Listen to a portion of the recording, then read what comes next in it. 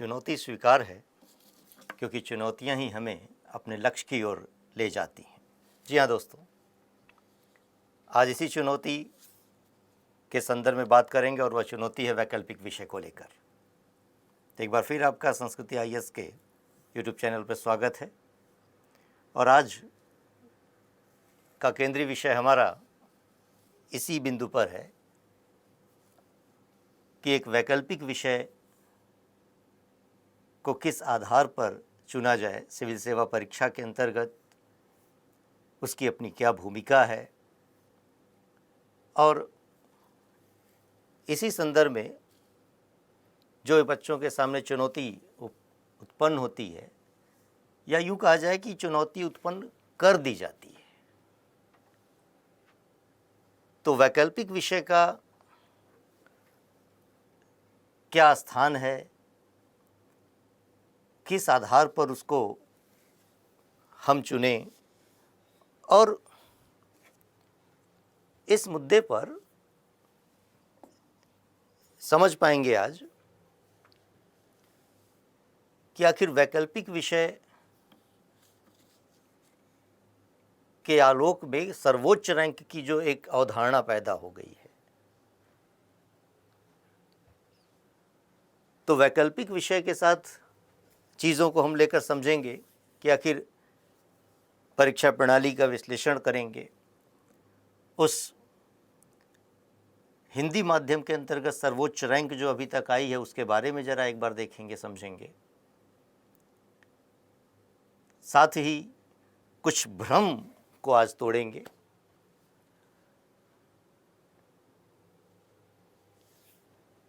जिंदगी भी बड़ी अजीब है।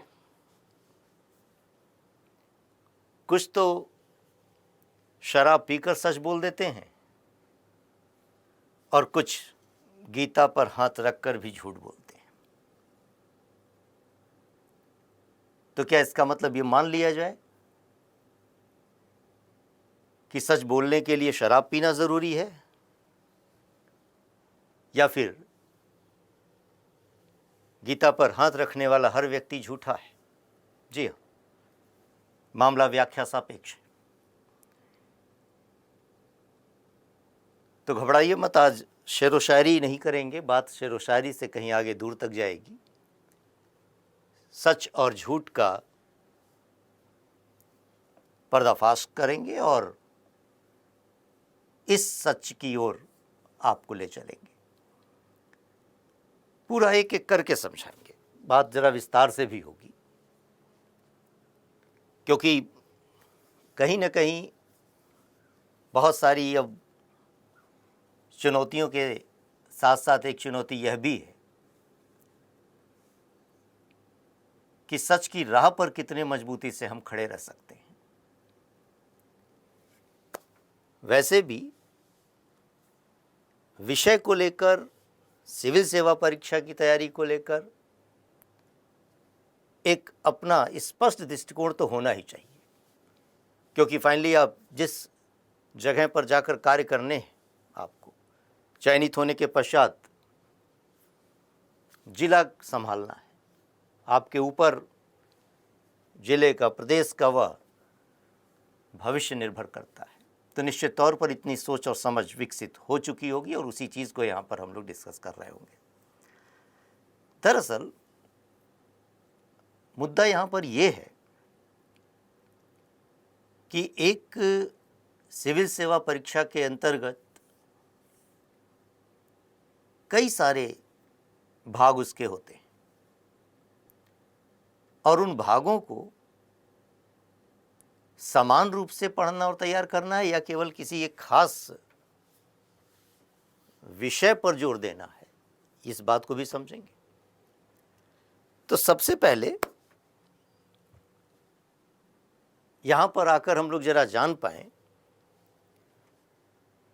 कि आखिर उस पूरे परीक्षा प्रणाली में सिविल सेवा परीक्षा की अपनी पद्धति क्या है। तो UPSC, CSE, civil services examination, जिसको हम IAS की परीक्षा भी कहते हैं, 3 स्टेजेस हैं, जिसमें प्रीलिम्स, मेंस और इंटरव्यू। और यहाँ पर इस प्रीलिम्स के अंतर्गत paper 1, paper 2, GS, CSAT, prelims के बारे में आज ज़्यादा बात नहीं करेंगे, वो हम पिछले वीडियो में अपने स्पष्ट भी कर चुके हैं। यहाँ केवल ये बात को बतलाना है, समझना है कि ठीक है कि जीएस के अंतर्गत 200 मार्क्स हैं यहाँ पर, पेपर 2 जो सीसेट कहलाता है क्वालिफाइंग मार्क्स, और फिर मेंस के अंतर्गत जीएस के 4 पेपर, पेपर 1, पेपर 2, 3, 4 जो कि प्रत्येक 250 मार्क्स के। इस मेंस तक के स्तर पर आने के लिए पहले पीटी पास करना होगा, और पीटी के संदर्भ में मैंने कहा कि एक जटिल पद्धति है, प्रक्रिया है, जहां पर लगभग 10 लाख लोग फॉर्म फिलअप करते हैं और 4.5-5 लाख लोग एग्ज़ाम देते हैं, और उसमें से 10-12 हज़ार लोग मेंस के लिए क्वालिफाई करते हैं। एक बड़ी संख्या है जो बाहर होती है, और निश्चित तौर पर इसीलिए इसको मैंने कहा एक जटिल स्टेज है, यह चर्चा कर चुके हैं और आगे भी समय समय पर करेंगे। तो प्रीलिम्स पास होकर ही, बगैर प्रीलिम्स पास हुए यहाँ की बात करना बेमानी है। तो प्रीलिम्स पास होकर, और पास होने के लिए ये जीएस का सेगमेंट है, क्योंकि ये पेपर क्वालिफाइंग है। जीएस के पेपर के स्तर पर जब आपकी अपनी समझ और पकड़ होगी तो प्रीलिम्स पास करेंगे, और तत्पश्चात मेंस में आएंगे, और मेंस के स्तर पर ये 4 पेपर जो कि 1000 मार्क्स के हैं। तत्पश्चात ऑप्शनल पेपर 500 मार्क्स का। इसी ऑप्शनल पेपर को लेकर कोहराम मचा हुआ है कि ये ले लो कि वो ले लो, कि क्या ले लेने से बस सिलेक्शन हो जाएगा, मानो कि सब कुछ यही है। 1000 मार्क्स के जीएस के पेपर और ये 500 मार्क्स, यानी वेटेज बहुत क्लियर कट है कि आधा 50% वेटेज है इसकी तुलना में। ये अलग अलग विषय होते हैं, जीएस के अंतर्गत अलग अलग पेपर में शामिल है। ये एक विषय है, अंतर सिर्फ इतना है। और फिर एक पूरा पेपर ऐसे का 250 मार्क्स का, तत्पश्चात इंटरव्यू, कंपल्सरी पेपर जो क्वालिफाइंग पेपर होता है, जो इंडियन लैंग्वेज और फिर इंग्लिश, और ये भी क्वालिफाइंग पेपर, और एक इंटरव्यू लास्ट स्टेज 275 मार्क्स। आज हम बात इसकी कर रहे होंगे, आगे कभी इसकी भी बात करेंगे। अब इस ऑप्शनल पेपर को लेकर जिस तरीके से हाहाकार मचा हुआ है कि ये विषय ले लिया जाए और अपने आप में सारी समस्याएं दूर हो जाएंगी। आज इसी मुद्दे को जरा स्पष्ट करूंगा कि एक यूपीएससी के अंतर्गत, सिविल सेवा के अंतर्गत चयनित होने के लिए कितनी संतुलन और समग्रता में तैयारी की आवश्यकता होती है, और विषय को लेकर जिस तरीके से व्याख्याएं की जा रही, तो आपको बता दूं कि आज मैं कुछ चिंतित भी हूं और क्रोधित भी हूं। चिंता इस बात की और चिंतित इसलिए हूं कि एक युवा वर्ग जो कितनी कठिनाइयों से वह अपने सपने को पूरा करने के लिए आगे बढ़ता है, सिविल सेवा के अंतर्गत तैयारी करने का साहस कर पाता है, और उसके साथ इस तरीके से छलावा और क्रोधित इस बात को लेकर कि जो लोग इस मंच पर मौजूद होते हैं वो अपने उत्तरदायित्व का कितना निर्वहन कर पा रहे हैं। क्या केवल उनके लिए बाजार और व्यवसाय ही एक महत्वपूर्ण चीज रह गई है? तो इसलिए अपने कर्तव्यों और दायित्वों का भी बोध होना उतना ही जरूरी है। दरअसल जब हम कहते हैं सिविल सेवा परीक्षा में सर्वोच्च रैंक कोई ये विषय लेकर आया है, तो हम उस व्यक्ति की मेहनत से कहीं ज्यादा उस विषय को जो है आगे कर रहे होते हैं। विषय को एक प्रोडक्ट बना दिया है। इसका मतलब यह हुआ कि आज की इस पूरी प्रणाली ही अपने आप में दूषित है। एक सहज और सामान्य तरीके से भी चीजों को व्यक्त किया जा सकता है, लेकिन किसी खास विषय को लेकर प्रचार प्रसार की शक्तियों के माध्यम से जो है अपनी बातों को प्रमाणित ठहरा देने की जो एक शैली है, वह निश्चित तौर पर चिंतनीय है। तो आपको हम बता रहे हैं कि इस पूरी प्रणाली में और प्रक्रिया में पहले इस बात को समझ पाएं कि अभी तक हिंदी माध्यम के स्तर पर सर्वोच्च रैंक की क्या दशा रही है। और चूंकि इतिहास पढ़ाता हूं वैकल्पिक विषय में खुद, तो बात इतिहास की भी करूंगा। तो यहां पर सबसे पहले तो यह बात जान लें कि हिंदी माध्यम के स्तर पर इतिहास विषय से भी उच्च रैंक आई हुई है, बल्कि कहा जाए सर्वोच्च रैंक, रियल सेंस में सर्वोच्च रैंक।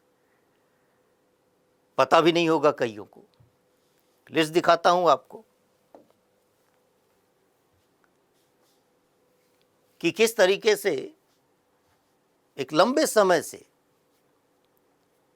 रैंक आती रही है, और यह इतिहास विषय को लेकर आती, लेकिन चूंकि आप जानते नहीं रहे क्योंकि बताया नहीं गया। वैसे भी इतिहास पढ़ाने वालों की अपनी एक शैली रही है, वो इतिहास पढ़ाते रहे, बताते नहीं हैं इस बातों को लेकर सत्य को क्या बताना है। लेकिन यहां पर आप समझें कि ये वे लोग हैं जिन्होंने उच्च स्थान प्राप्त किया। खाली एक छोटा सा प्रयास है यह बतलाने का कि हर साल वह एक रैंक नजर आती रही। एक देखा जाए सूची है, और केवल इतनी ही नहीं है, बहुत है, दिन भर दिखाने में लग जाएगा। लेकिन इससे कहीं ज्यादा महत्वपूर्ण बात यह है कि जो आपके पास इस चीज को गौर करें कि हिंदी माध्यम के स्तर पर अभी तक की सर्वोच्च रैंक, पता भी नहीं होगा आपको, बहुतों को, तैयारी तो कर रहे हैं। Kiran Kaushal 3rd rank 2008 Chhattisgarh cadre में, इतिहास विषय रहा। और इनका नाम इसलिए आप नहीं जानते क्योंकि एक खास विषय से नहीं पता होगा लोगों को। ये किरण कौशल खाली इतिहास ने, उस समय 2 ऑप्शनल थे, फिलॉसफी दूसरा उनका ऑप्शनल है। तो फिलॉसफी हिस्ट्री लेकर पास हुई, 3rd रैंक है, लेकिन इनका नाम इसलिए नहीं सामने लाया गया क्योंकि इससे किसी अन्य विषय की आवश्यकता पूरी नहीं होती। तो समझने की जरूरत है, अजय कुमार मिश्रा 5th रैंकर 2002,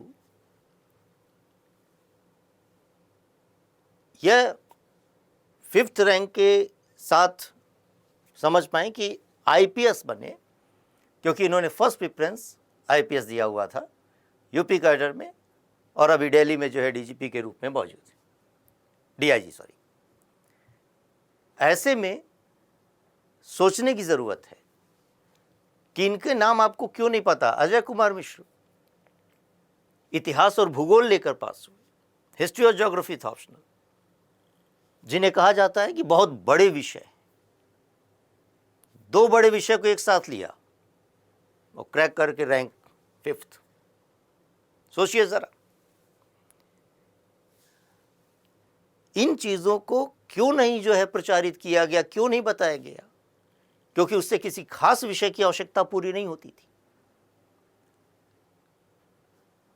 और समझने की बात यह है कि यहां पर यह नहीं है कि केवल यही इतिहास विषय लेकर ही कोई पास होगा या रैंक आएगी, एकदम नहीं। मैं आपको स्पष्ट कर दूं कि जिस तरीके से एक विषय को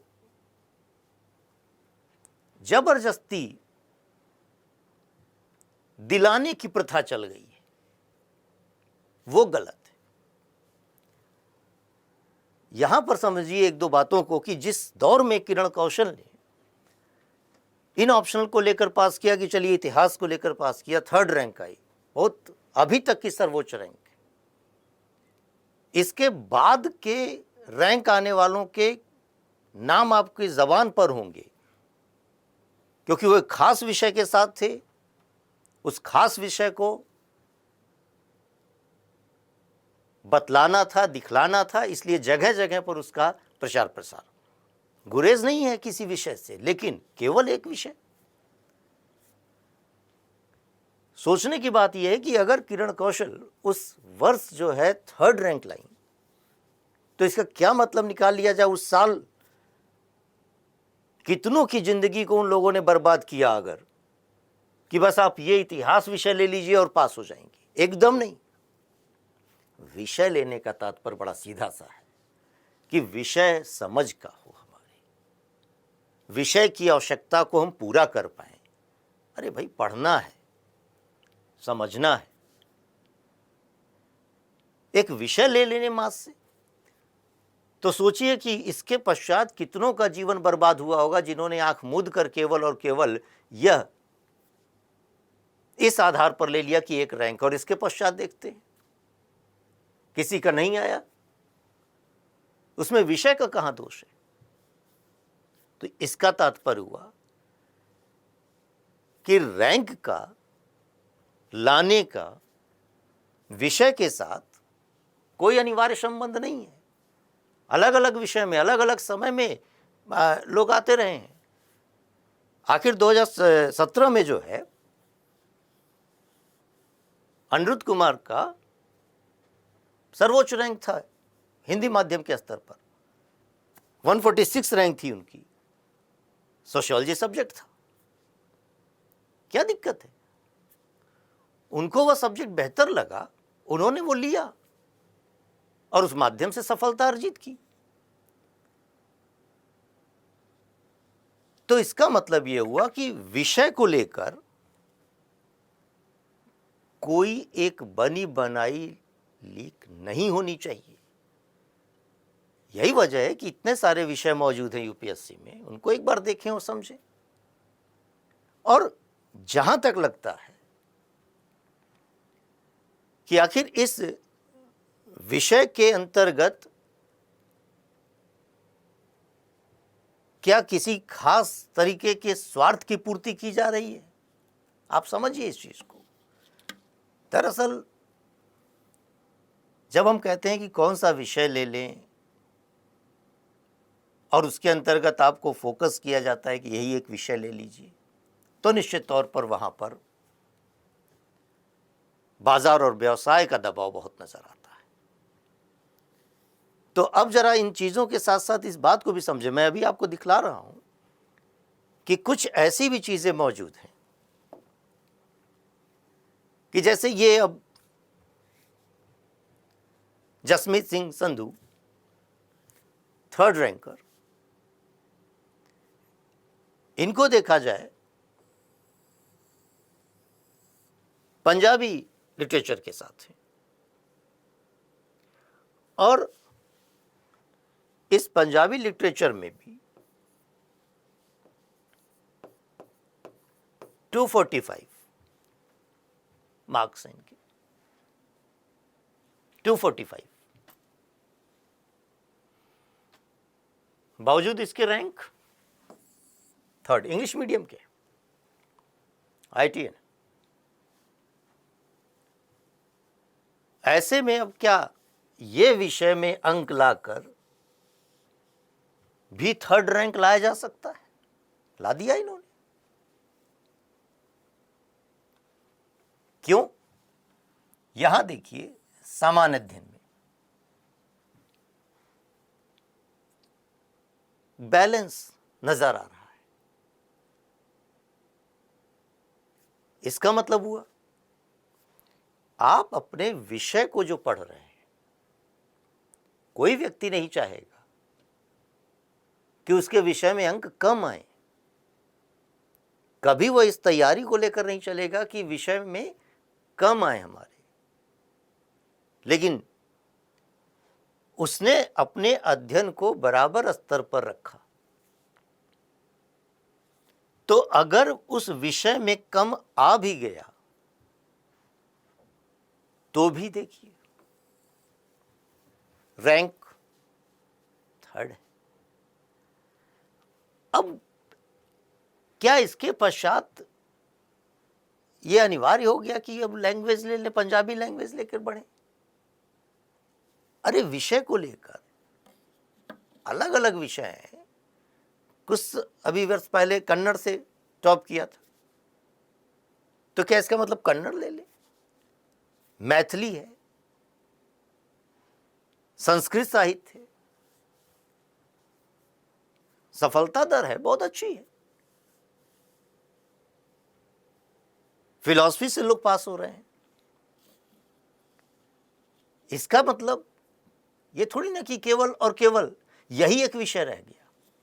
यहां समझिए पूरी रणनीति को विषय के साथ का संबंध बता रहा हूं आपको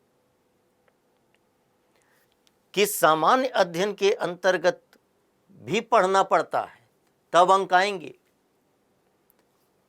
अब आप कहिएगा कि नहीं ये तो इंग्लिश मीडियम का मामला है। सब्जेक्ट में इंग्लिश मीडियम का क्या मतलब है? इसका मतलब यह हुआ कि एक व्यक्ति ने अपनी पूरी पढ़ाई को संतुलित रखा और उसका परिणाम सामने है। यही चीज देखिए, Artika Shukla 4th ranker, first attempt की बात है। इन्होंने मेडिकल साइंस रखा और इसलिए रखा, MBBS है, पढ़ा है, तो जो पढ़ा था उसके बारे में थोड़ी बहुत चीजें, आखिर MBBS कर रही थी तो चीजों को जाना भी समझा। उनको लगा कि ठीक है, इसी में क्यों ना एक सब्जेक्ट रख लिया जाए। वो आंख मूंद कर नहीं चली किसी लकीर पर, सोचा विचारा कि कुछ तो पहले से जाना हुआ है, तो बाकी समय दे पाएंगे, सामान्य अध्ययन में दे पाएंगे, GS में दे पाएंगे, ऐसे में दे पाएंगे। इनके अंक देख लें,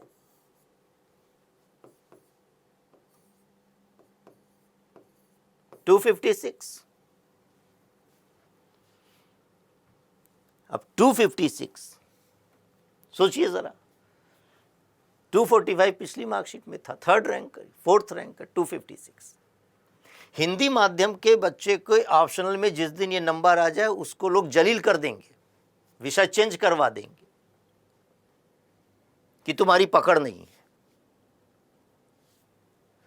चेंज करते करते उसका अटेम्प्ट खत्म हो जाता है। उसको यह बात एहसास करा दी जाती है तुम यहीं पर कमजोर हो। अरे सामान्य अध्ययन को भी तो देख लिया करो, ऐसे को भी देख लिया करो। सारा फोकस, सारी जिम्मेदारी ऑप्शनल पर आ गई। और यहां पर हम देख रहे हैं कि इस ऑप्शनल में कम होते हुए भी रैंक ला रहे हैं लोग। 3rd रैंक, 4th रैंक आ रही है। ये केवल एक एग्जाम्पल है उस साल की, इत्तेफाक की बात है। प्रत्येक वर्ष ये चीजें नजर आएंगी,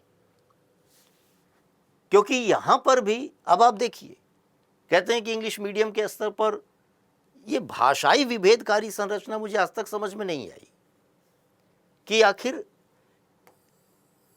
जीएस के पेपर 1 में 88 नंबर आ रहा है, 88 मार्क्स हैं, कौन सा बहुत तूफानी नंबर है? ये नंबर और इससे ज्यादा नंबर आपको हिंदी माध्यम के विद्यार्थियों की मार्कशीट में नजर आ जाएंगे। लेकिन सामान्य रूप से देखें, सभी में दिक्कत कहां आती है कि जब हम माध्यम की बात करना शुरू कर देते हैं तो मेहनत से अलग हटकर माध्यम पे पहुंच जाते हैं। एथिक्स में क्या माध्यम की वही बात है, पूरा पूरा पेपर 4 एक जो है सब्जेक्ट का है। हिंदी माध्यम के बच्चों का कई बार वह चीजें नजर आएंगी कि वहां कमजोरी दिखाई है, 70 नंबर, 77 नंबर, 78 नंबर। समस्या है कि हम संतुलित रह पाए, तो जैसे संतुलित रहेंगे हमारे अंक जुड़कर ही मेरिट बनाएंगे। ये थोड़ी नहीं कि केवल ऑप्शनल के विषय को देखकर, उसके अंकों को देखकर कोई जो है चयनित होता है। प्रोपगंडा है ये सब। और ले देकर अगर हम बात करें तो आखिर पूरी परीक्षा को संतुलित रहकर तैयारी करेंगे तभी हम चयनित हो पाएंगे। तो इसका तात्पर्य हुआ कि हमें अब क्या मेडिकल साइंस इन्होंने ले लिया तो जितने जो लोग एमबीबीएस कर रहे हैं क्या अनिवार्य एक मेडिकल साइंस लें कि रैंक लाना है? अरे उनकी अपनी समझ थी उस विषय में, उन्होंने डिसाइड किया इस बात को कि हम यहाँ पर पहले से चीज़ों को समझ रहे हैं, पढ़ रहे हैं, तो क्यों ना जो है यहाँ पर तो उतना हम समय जो अतिरिक्त देंगे उससे बेटर है जीएस में देंगे। और देख रहे हैं एसए से लेकर जीएस तक के स्तर पर, और वही डिसाइड करता है रैंक आपका।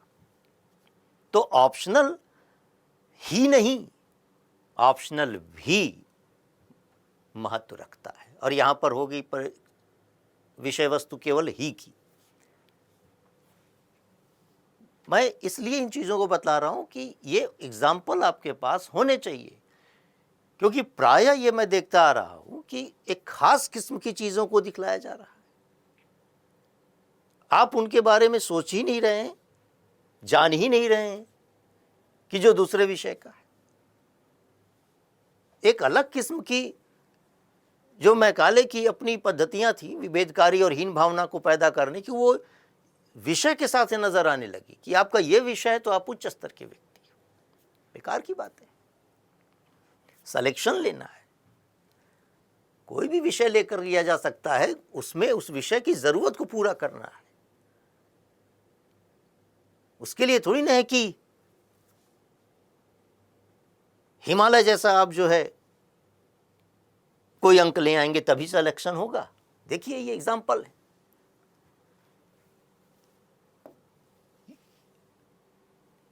टीना राबी 2015 की जो टॉपर रही। और फिर एक चीज और भी आपको दिखा रहा हूं कि इनके अंक देखिए,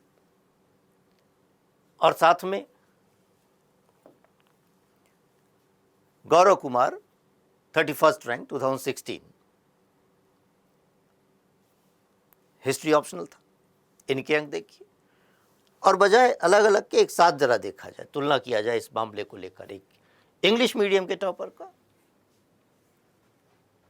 और हिंदी माध्यम का सर्वोच्च रैंक था 16 में। नाम तक नहीं पता होगा आपको, क्योंकि वो खास विषय नहीं था इनका, बहुत आम विषय था, इतिहास। 31st रैंक नहीं जानते होंगे आप, मिला लीजिएगा, सारी चीजें नेट पे भरी पड़ी हैं इंफॉर्मेशंस। आंख मूंद कर चलने की बजाय आंख खोल कर समझिए और देखिए। यहां पर मैं एक चीज बताना चाह रहा हूं आपको कि ठीक है कि ये टीना राबी ठीक है उस साल टॉपर थी, हमें उस नाम से नहीं मतलब, हमें इस चीज से मतलब है कि जीएस के स्तर पर 424 मार्क्स। ऑप्शनल का पॉलिटिकल साइंस था, इंग्लिश मीडियम की स्टूडेंट है, 299 मार्क्स है। बहुत अच्छा नंबर है, बहुत अच्छा नंबर है। सोचने की बात यह है कि अब कोई हम कहे कि ये नंबर जो है 300 नहीं आ रहा है, अरे रैंक तो आ रही है। हमारे लिए चयन ज्यादा महत्वपूर्ण है या किस विषय से चयन है, ये ज्यादा महत्वपूर्ण है।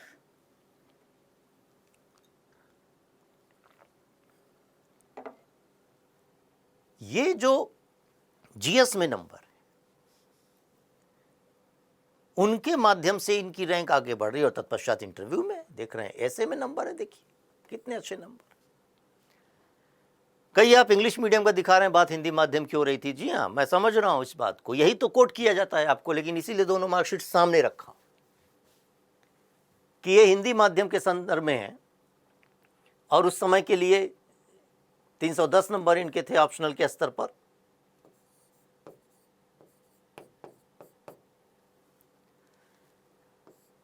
अब आइए यहां पर 445 मार्क्स जीएस में, जीएस में 153 मार्क्स ऐसे भी, समझिए 445 मार्क्स, जो कहते हैं इस बात को लेकर कि हिंदी माध्यम के विद्यार्थियों का सामान्य अध्ययन में नंबर कम आता है, नहीं आता है, वो प्रायः जो है पीछे रहते हैं, इस मार्कशीट के सामने प्रमाण है ये। और ऐसी अनेक चीजें कि आखिर आप कम अंकों वाले लोगों को जीएस में जो कम अंक आ रहे हैं, जाहिर सी बात है कम अंक आ रहे हैं इसीलिए तो रैंक पीछे है, या यूं कह लिया जाए कि बाहर हो गए, नहीं हो रहे हैं। हम उनके अंकों को दिखलाकर डर और भय पैदा करें खाली हिंदी माध्यम में और ये बतलाते रहे कि नहीं आते। अरे बताने की जरूरत है, इसने मेहनत किया इसलिए आए, आप भी मेहनत करो, आएंगे। लेकिन नहीं, हमें तो केवल बतलाना है कि नहीं एक विषय देखो, देखो इनका इतिहास विषय है इसलिए आया। बेकार की बात है, इन्होंने मेहनत किया, ये जो भी विषय रखते उनका आता। इंग्लिश मीडियम और हिंदी मीडियम का क्या मतलब है भैया? आखिर देखिए, फर्स्ट रैंकर इंग्लिश मीडियम की उनसे ज्यादा नंबर हैं इनके जीएस में, एसए में। बस ये अंतर है, साल का अंतर है, कभी कट ऑफ कम और ज्यादा होता है। इवन जो है मतलब अगर देखा जाए तो यहां पर आकर कहीं ना कहीं इंटरव्यू में अप एंड डाउन होते हैं उसमें। तो इसका तात्पर्य यह हुआ कि इन्होंने जिस तरीके से मेहनत किया, ये देखिए, देखिए सभी पेपर में क्या गजब का संतुलन है। पढ़ा होगा तब तो होगा, समय दिया होगा, है तो 24 घंटे सबके पास। एक विषय अगर कोई ऐसा ले लेता व्यक्ति जिसकी समझ नहीं है, केवल आंख मूंद कर ले लिया कि वो उसने उससे अच्छा नंबर लाया था, वो टॉप कर दिया था और मैंने ले लिया, रात दिन खाली एक विषय पढ़ता जा रहा, ले भी आ दिया 300 नंबर और यहाँ पर 60 नंबर 70 नंबर। अनेक ऐसे विद्यार्थियों की मार्कशीट देखा हूँ कि जो यहाँ पर जो है अंक 70-72 नंबर, पेपर 2 पेपर 3 में अंक नहीं आते। ये हवा उड़ा दी गई कि हिंदी माध्यम में पेपर 2 3 में अंक नहीं आते। अरे भाई पढ़ोगे नहीं तो आएंगे कहाँ से? आप पढ़ोगे नहीं वो दूसरी बात है कि वह मैटर ही आपको नहीं मिलता। आप पढ़ो तो सही, पॉलिटी है, गवर्नेंस है, उसको आप पढ़ो, एनालाइज करो चीज़ों को, इकोनॉमी है, साइंस टेक है। तो इसका मतलब हुआ कि यहां पर आपको ध्यान देना है और मुख्य परीक्षा में केवल ध्यान कहां चला जाता है? यह विषय ले लो जी, अंक आ जाएगा क्योंकि उसका आया था। अरे जनाब, पढ़ना पड़ता है। आपको क्या लग रहा है कि बस विषय मात्र ले लेने से जो है जीवन सफल हो गया? चमत्कार? कोई चमत्कार नहीं होता भाई। यूपीएससी के अंतर्गत विषय को लेना है, समझना है, पढ़ना है। और ये आप चीज़ों को सोच रहे बैठे कि नहीं ये ले ली आप। इनफैक्ट देखा जाए तो विषय आज के दौर में लिया नहीं जा रहा, दिला दिया जा रहा है, दिला दिया जा रहा है, फोर्सेस लगी हैं दिलाने के लिए। तो यहां पर इसका तात्पर्य यह हुआ कि हम जो भी विषय लें उस विषय को जीएस के साथ पढ़ें, ऐसे की तैयारी करें, निबंध लिखें, अन्यथा सिलेक्शन नहीं होगा, चाहे कितना भी कोई एक खास किस्म का विषय आप ले लें। कुल मिलाकर देखा जाए कि अब एक बात तो समझ में आ जानी चाहिए इतने से कि कोई एक विषय विशेष लेकर ही रैंक नहीं लाई जा सकती, ये भ्रम नहीं होना चाहिए आपको। और दूसरी बात ये कि आखिर फिर विषय के चयन का आधार क्या हो, किस तरीके से चयनित करें विषय को, तो किस तरीके से करें उससे पहले मैं आपको ये एक लाइन बता दूं कि क्या नहीं करना है विषय के संदर्भ में। ये ध्यान में रखिए कि हमको जो है किसी अन्य का अनुचर नहीं बन जाना है कि उसने लिया था इसलिए हम ले लें, नहीं, एकदम नहीं। उसके इतने नंबर उस विषय में आए थे इसलिए ले ले। जो लोग दावा कर रहे हैं इस बात को लेकर कि ये विषय लेकर ये इतने अंक आए, या हमसे पढ़े या जो भी है जिन सामग्रियों से पढ़े, तो इसका तात्पर्य हुआ कि ठीक है, चलिए मान लिया कि एक व्यक्ति का वो ऐसा आता है, 2 व्यक्ति का ऐसा आता है, 3 व्यक्ति का अच्छे अंक आते हैं, उच्च अंक आते हैं, 4 के आते हैं, 10 के आते हैं एक विषय में खास करके। क्या उस वर्ष केवल 10 ही लोगों ने एग्जाम दिया था उस विषय को लेकर?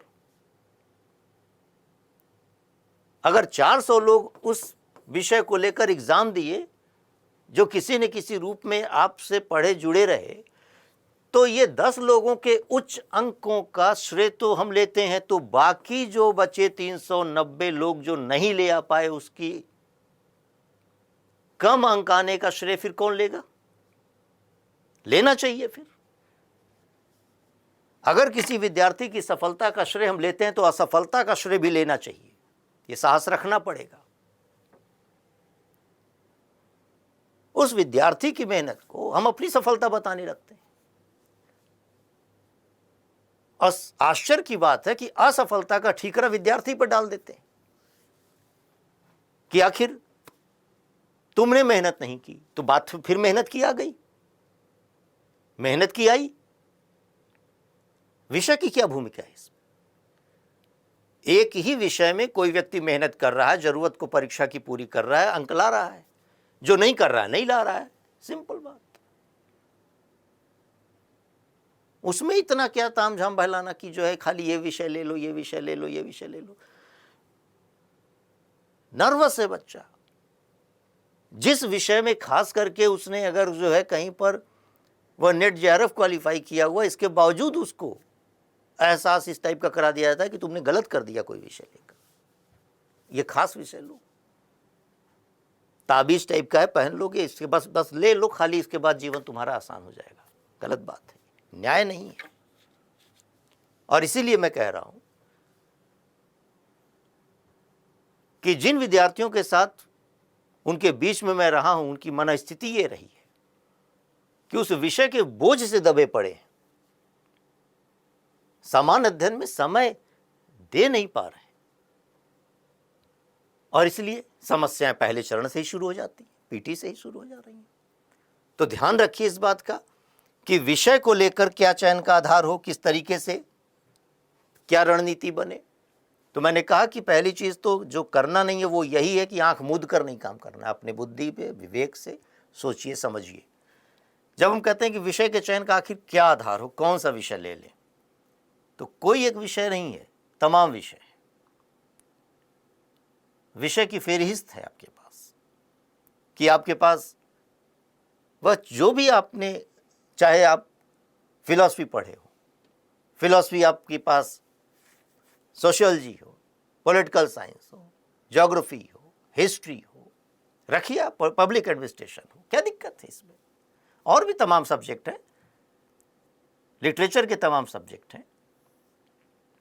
इसका मतलब हुआ कि विषय को लेकर पहली चीज तो यह है कि उस विषय में हमारी अपनी जो है आवश्यकता कैसे पूरी होगी, यानी परीक्षा की आवश्यकता कैसे पूरी हो पाएगी। उस विषय के साथ भाषा की कोई हमारे लिए समस्या ना हो, जटिलता ना हो। उसमें भाषा का मतलब ये नहीं है कि कोई भाषा को लेकर विभेद में कह रहा हूं, सिर्फ इतना है कि वो पाठ्य सामग्री उस भाषा में कितनी सहजता से उपलब्ध है, कितनी सहजता से आप उसको प्राप्त कर पा रहे हैं। और फिर जैसे मान लीजिए थोड़ी देर के लिए अगर हम इन कुछ विषयों की बात करें कि जो विशेष रूप से, अब जैसे मेडिकल साइंस लिया था तो निश्चित तौर पर उसके लिए अब इंग्लिश मीडियम ही होगा। केवल इतना मतलब है कि जिस हम अपनी अभिव्यक्ति को जिस भाषा में सहज तरीके से प्रस्तुत कर सकते हैं, वो पाठ सामग्री उस भाषा में कितनी आसानी से उपलब्ध है, वो एक विषय का चयन का आधार भी बनता है। दूसरी चीज कि विषय के साथ कोई भी विषय लेते हैं, पढ़ते हैं, तो उसमें कम से कम हमारे लिए एक उचित जो मार्गदर्शन मिल सके। इसका तात्पर्य केवल ये नहीं है कि कोई पर्टिकुलर कोई संस्थान में जाना आवश्यक है, नहीं, वह हमारा सीनियर भी कोई हो सकता है, वह हमारा कोई परिचित भी हो सकता है, फैमिली मेंबर भी हो सकता है, और कोई संस्थान भी हो सकता है, कोई टीचर भी हो सकता है। सामान्य सी बात है, अनिवार्य नहीं, लेकिन वो होना चाहिए। किसी भी पद्धति के लिए, किसी भी चीज को सीखने के लिए, आगे बढ़ने के लिए किसी न किसी की तो मार्गदर्शन की जरूरत पड़ती है। हर फील्ड में ये चीज है, इसमें भी है, इसमें क्या दिक्कत है? तो मार्गदर्शन सहजता से उपलब्ध हो। ये नहीं कि हम जो है महीने में एक बार आपको जो है दर्शन देंगे, नहीं, फिर उससे समस्या आएंगी ना, फिर सहजता कहाँ रही। इसी तरीके से वह विषय कम से कम अगर हमारे पास ये एक विकल्प हो, विकल्प ही तो है, वैकल्पिक विषय इसीलिए कहा जा रहा है कि आखिर ऑप्शंस हैं हमारे पास, कि क्या वह विषय अपना सामान्य अध्ययन के साथ भी कहीं कोई भूमिका निभा पाता है। अगर सामान्य अध्ययन के साथ वह कोई भूमिका निभा रहा है तो वो भी एक क्राइटेरिया बनती है चयन की, विषय के चयन की, कि सामान्य अध्ययन में भी काम करेगा तो चलो भाई विषय पढ़ ही रहे हैं, सामान्य अध्ययन भी साथ साथ तैयार होगा। ये क्राइटेरिया है, अनिवार्य नहीं है। जिसको लगता है मान लीजिए कि अब उसको सामान्य अध्ययन से हमारा ऐसे ही तैयार है, फिर वो कोई अलग विषय ले लेता है, उसमें क्या दिक्कत है। लेकिन चयन का आधार क्या क्या होना चाहिए उसकी मैं बात कर रहा हूं। तो पहली चीज कि उसका पाठ सामग्री, उसके गाइडेंस प्रॉपरली आपके पास उपलब्ध हो, सहजता से उपलब्ध हो, भाषा के स्तर पर किसी तरह की समस्या ना आती हो, और अगर सामान्य अध्ययन के साथ जुड़ने वाला विषय है तो और अच्छी बात है। कहीं पर उससे निबंध में कुछ आसानी मिल जाए और अच्छी बात है, क्या दिक्कत है इस चीज को लेकर। और कुल मिलाकर विषय कोई भी हो, इतना आप ध्यान रखिए, पढ़ना है, लिखना है, समझना है। तो इसलिए कार्य तो अंतिम रूप से करना पड़ेगा। तो कुल मिलाकर विषय को लेकर इतनी बात समझ में आ जानी चाहिए इस पूरी परिचर्चा के दौरान कि आप एकमात्र केवल अपने वैकल्पिक विषय के आधार पर ही सर्वोच्च रैंक लाने वाली अवधारणा, भ्रामक चीजों से बचें। पूरी समग्रता में सिविल सर्विसेज मेंस की एग्जामिनेशन की जो प्रक्रिया है, प्रणाली है, विषय है, उन पर अपना पकड़ बनाएं। निबंध, सामान्य अध्ययन, वैकल्पिक विषय, उन सब पर आपको अपना एक अनुपात देखना होगा, समान स्तर पर रखना होगा। इंटरव्यू में रही बात इस चीज़ को लेकर, तो कई बार देखा हूँ,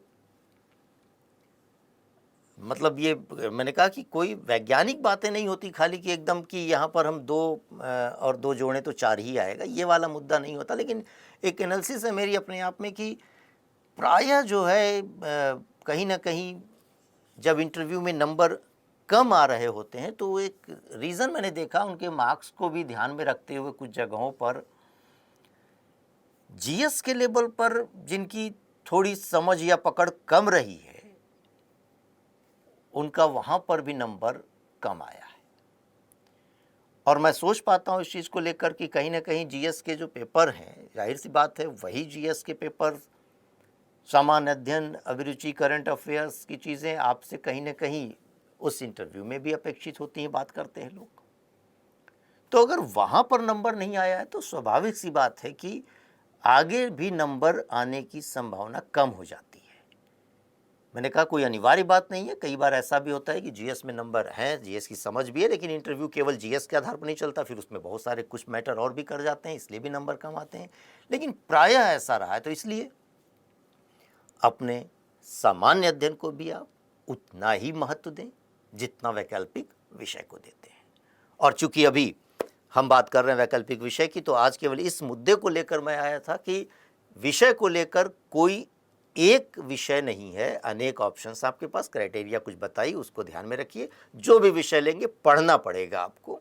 अब चूंकि मैंने पहले कहा था कि इतिहास विषय पढ़ाता हूँ, तो इतिहास विषय के संदर्भ में अगली वीडियो में आपको बतलाऊंगा कि एक वैकल्पिक विषय के रूप में इतिहास की अपनी क्या उपादेयता है, क्या महत्ता है, कहाँ जीएस में उसका क्या स्थान है, उसको लेने के अपने क्या फ़ायदे और क्या नुकसान हैं, उन बातों को ज़रा देख पाएंगे।